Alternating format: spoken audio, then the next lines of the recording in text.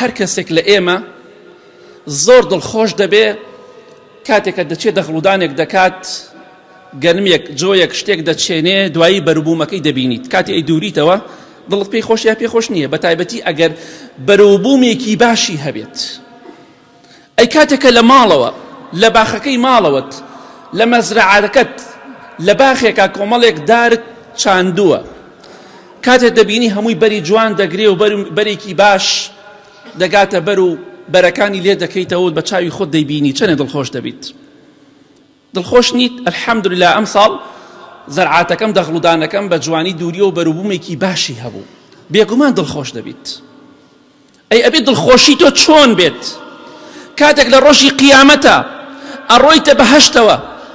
یا ڕەبی خوای لەو کەسانەمان بگێڕی یا ڕەبی، ئامین. پێت دەوترێ فڵان کەس ئەم هەموو دارەی کە تۆ دەیبینی هەمووی لە ئاڵتونە، ئەم هەموو دار و میوە کە تۆ دەیبینی بەروبوومی زیکرەکانی تۆیە کە لە دنیادا زیکری خوات کرد، کە لە دنیادا خوات لەبیر نەچوو. چەنێ دڵخۆشە بی؟ زۆر لە زەرعاتەکە و دەخڵودانەکەی دنیا زیاتر دڵخۆش دەبی، چونکە ئەوە شوێنی مانەوەیە، دارەکە وشک نابێ، دارەکە بێبەر نابێ، هیچ کاتێک داری بەهەشت بێبەر نییە. هەر میوەیەکت بێ حازرە، لا مەقطوعەت ولا مەمنوعە. خوای گەورە دەفەرمێ نە کۆتایی دێ بەرەکەی نە هیچ کەسێکی شەیە قەدەغەی کالێت. ئەڕۆیتە دنیاوە کۆمەڵە دارێکەیە جوانە، ڕۆیتە و دەشتا دارێکی زۆر جوان ئێسێبەرێ خۆشی هەیە، بەڵام تەلبەنێ بە دەوریا کراوە، ناتوانانی بڕۆتە ناویەوە، بەڵام بەهەشت وان نییە.